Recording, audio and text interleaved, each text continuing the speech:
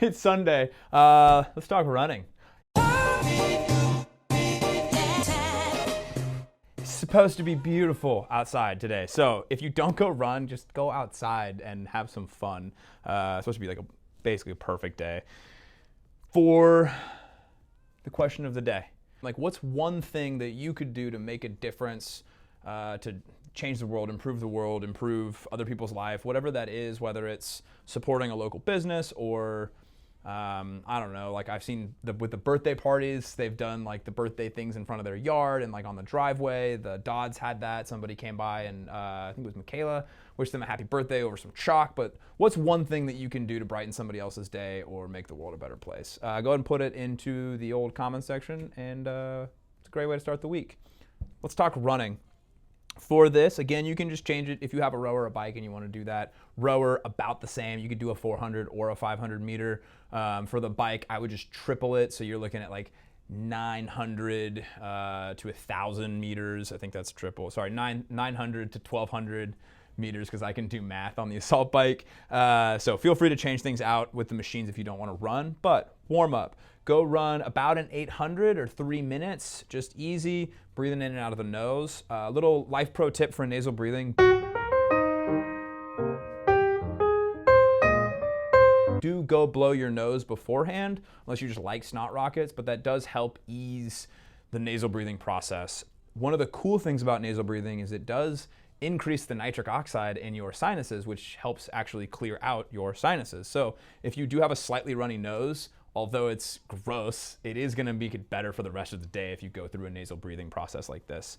Once you get done with that warm-up, we've got some leg swings, front and back, side to side, 20 reps each on each side. And then we've got that same stretch sequence that we hit 2 weeks ago, I believe. Might have been last week. But standing straddle fold, cool. With this for this week, keep your back straight and then fold as much as you can without losing a neutral spine. Okay, you're not going to be able to go as far, but that will force you to stretch from the hip and move about the pelvis versus just getting away with spinal flexion. Spend about a minute there, and then you're going to go into that standing quad stretch, 30 seconds to 90 seconds on each side. Again, squeeze the butt, really drive the hips forward so we can make it a hip flexor stretch and not just isolate within the quads.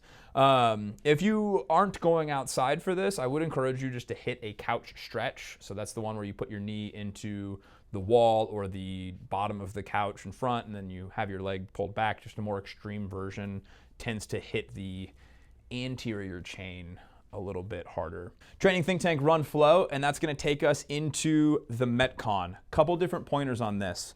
You're gonna run. There's some ranges, there's a rest time. Let's talk.